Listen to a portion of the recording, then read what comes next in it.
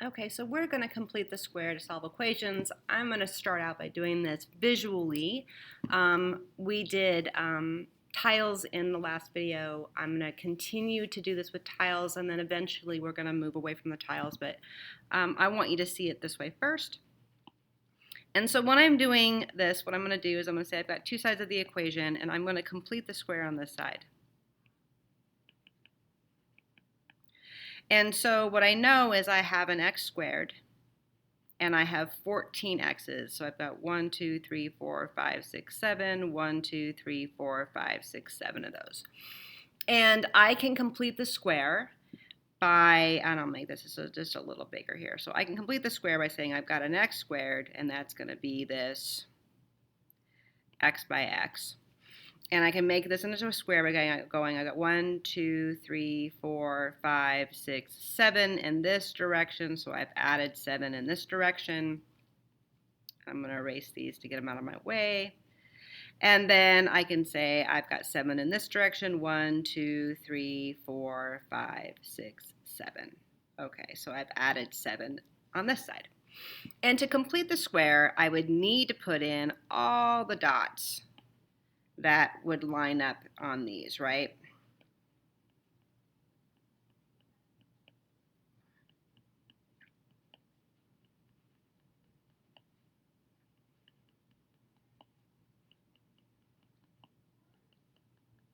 Okay, so those are all my dots.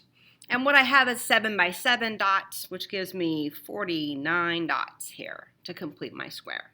Okay, so that gives me at least a completed square on the left side. And I can write this in a way that helps me solve my problem. So what I'm going to do is I'm going to say that what I can write down is I've got x squared plus 14x, and then on this side I have 15. But in order to complete my square on this side, I have to add 49. So I'm going to say, well, I have to add 49 here. But what I do to one side of the equation, I have to do to the other side of the equation.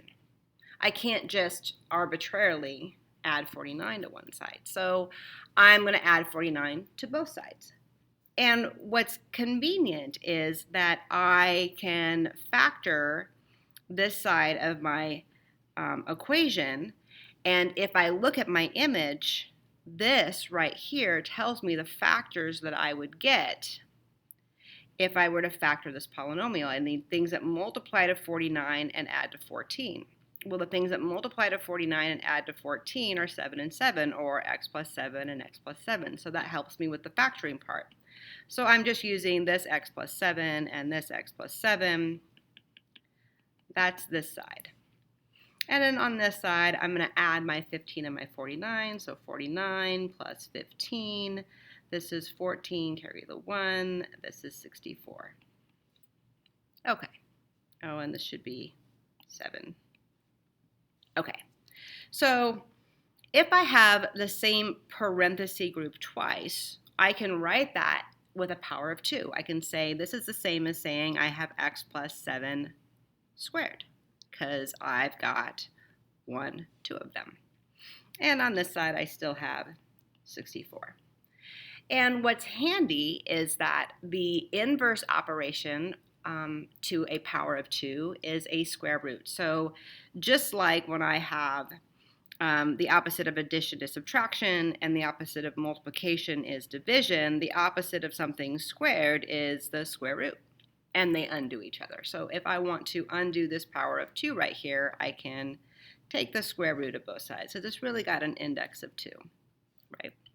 And these guys right here, well, they undo each other, and it leaves me with just this x plus 7 on this side. And then on this side over here, I can take the square root of 64, and the square root of 64 is going to be plus or minus 8. And then I can subtract 7 from both sides, and I get x equals plus or minus 8, and this is minus 7, which means I have two cases.